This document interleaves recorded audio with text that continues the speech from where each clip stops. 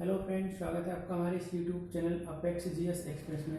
दोस्तों, last video में हमने मध्य प्रदेश की प्रमुख नदियाँ इस टॉपिक को का पार्ट फर्स्ट और सेकंड के बारे में हमने डिस्कस किया, जिसमें हमने नर्मदा नदी के बारे में प्रमुख रूप से डिस्कस किया है। उसके कुछ फैक्ट्स हम आज डिस्कस करते हैं जो कि रह गए हैं, और आपसे रिक्वेस्ट है कि अभी तक आपने हमारे इस यूट्यूब चैनल को सब्सक्राइब नहीं किया है तो इसे सब्सक्राइब कर लीजिए और इस वीडियो को ज़्यादा से ज़्यादा शेयर कीजिए।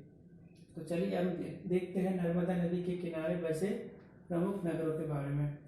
तो नर्मदा नदी के किनारे प्रमुख नगरों में से इसके उद्गम से लेकर समापन तक के बीच में जो भी इसका प्रवाह है नर्मदा नदी का, उसके बीच में छोटे बड़े नगर सम्मिलित हैं, उनके बारे में हम देखते हैं। तो इनमें से है अमरकंटक, जो कि इसका उद्गम स्थल है, जैसा कि हमें लास्ट वीडियो में डिस्कस कर चुके हैं।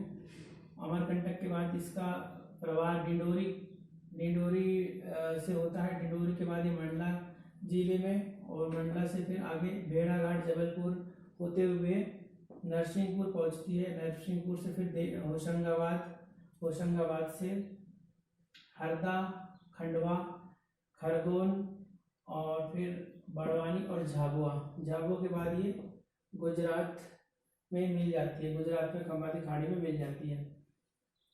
तो ये प्रमुख नगरों की बात की जाए तो इनमें पूछा जाता है एग्जाम में कि निम्न में से कौन से शहर किस नदी के किनारे बसे हैं।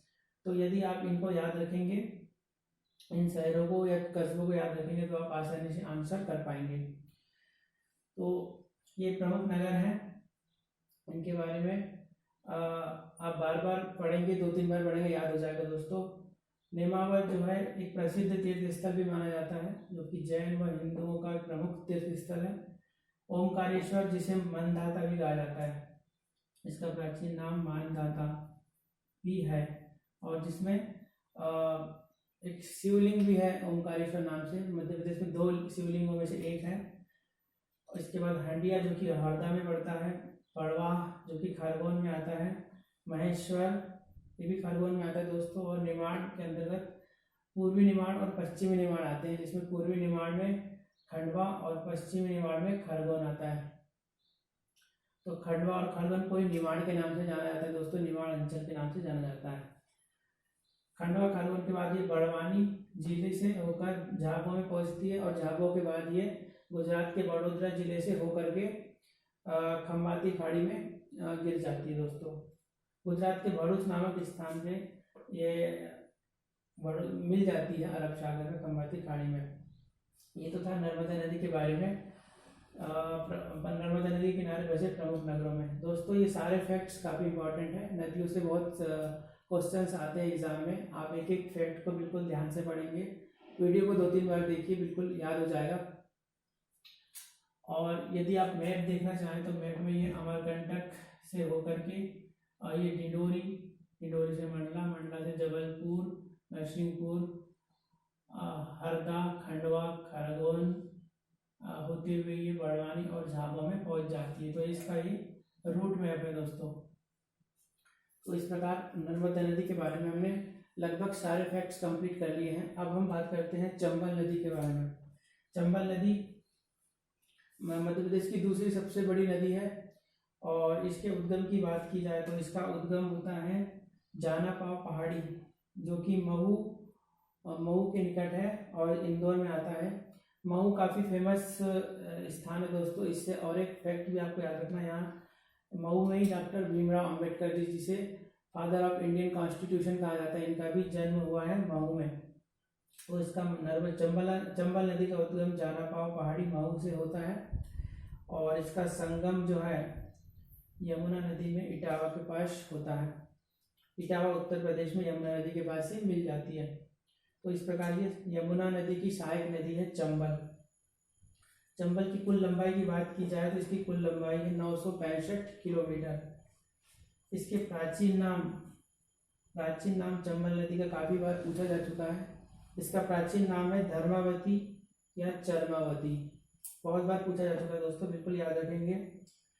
बात की जाए इसके प्रमुख जलप्रपात के बारे में, तो कल हमने जिस प्रकार नर्मदा नदी के जलप्रपात देखा था, उसी प्रकार से चंबल नदी के भी कुछ जलप्रपात हैं जो कि काफ़ी इंपॉर्टेंट है।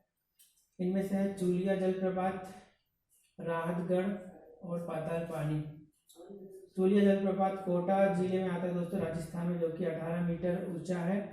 राहतगढ़ सागर जिले में आता है और पाताल पानी इंदौर में आता है। इस प्रकार चंबल नदी के कुछ प्रमुख जलप्रपात हैं, चूलिया, राहतगढ़ और पाताल पानी। इसे आप बिल्कुल याद रखेंगे। अब बात करते हैं चंबल की सहायक नदियों के बारे में। चंबल की प्रमुख सहायक नदियां हैं कुनु, पार्वती, बनास, काली सिंध और क्षिप्रा। इसकी सहायक नदियां हैं। सहायक नदी से भी क्वेश्चन बन जाते हैं दोस्तों एग्जाम में, तो आप इसे एक ट्रिक के माध्यम से भी याद रख सकते हैं। वो ट्रिक है पार्वती, बनी, काली, क्षिप्रा नदी के किनारे। ट्रिक पर दोहराता हूं दोस्तों, पार्वती, बनी, काली, क्षिप्रा नदी के किनारे। इसमें पार्वती से आशय पार्वती नदी, बनी से आशय बनास नदी, काली से आशय काली सिंध, क्षिप्रा से आशय क्षिप्रा नदी और किनारे से आशय कुरु नदी। तो इस प्रकार आप ट्रिक के माध्यम से आसानी से याद रख सकते हैं इसकी सहायक नदियां। अब कुछ अन्य फैक्ट्स के बारे में डिस्कस करते हैं। यह नदी मध्य प्रदेश और राजस्थान के बीच सीमा निर्धारित करती है। मध्य प्रदेश और राजस्थान की ये सीमा निर्धारित करती है, इसे याद रखेंगे। और यह सबसे अधिक मृदा अपरदन करने वाली नदी है, सबसे अधिक मृदा अपरदन करती है चंबल घाटी में, और बड़े बड़े बीहड़ों या गड्ढों का निर्माण भी करती है। ये इस पर कुछ प्रमुख परियोजनाएं हैं, जिनमें से गांधी सागर परियोजना, राणा प्रताप सागर परियोजना और जवाहर सागर परियोजना। 3 प्रमुख परियोजना है जो कि मध्य प्रदेश और राजस्थान की संयुक्त परियोजना है। गांधी सागर परियोजना की बात की जाए तो यह मध्य प्रदेश की सबसे पहली परियोजना है गांधी सागर परियोजना। इसका निर्माण जो है 1960 में हुआ है और इसकी कुल विद्युत उत्पादन क्षमता है 115 मेगावाट, और इसमें राजस्थान और मध्य प्रदेश का हिस्सा है आधा आधा, यानी कि 50-50 है दोस्तों। इसके बाद दूसरी परियोजना है राणा प्रताप सागर परियोजना, जो कि चित्तौड़गढ़ में है राजस्थान में, जबकि गांधी सागर परियोजना मंदसौर में है। तो इसकी क्षमता है 115 गांधी सागर परियोजना की, और राणा प्रताप सागर की है 172 मेगावाट। मेगावाट ये शक्ति को मापने की इकाई होती है, किलोवाट, मेगावाट आप जानते ही होंगे। और जवाहर सागर परियोजना ये कोटा जिले में आती है राजस्थान में। इसी के बाद इसी कोटा के पास एक कोटा बैराज परियोजना भी है। इसी कोटा बैराज परियोजना या जवाहर सागर परियोजना, इसकी क्षमता की बात की जाए तो इसकी क्षमता है 99 किलोवाट, 99 मेगावाट, 99 मेगावाट। तो इस प्रकार ये तीनों परियोजनाएं काफ़ी इम्पोर्टेंट है, पूछी जाती है।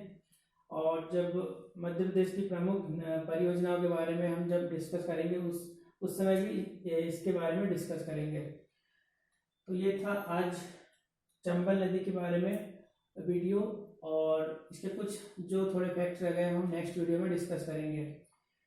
वीडियो पसंद आए तो इसे लाइक कीजिए, ज़्यादा से ज़्यादा सब्सक्राइब कीजिए दोस्तों, और शेयर कीजिए। मिलते हैं एक नई वीडियो के साथ। जय हिंद।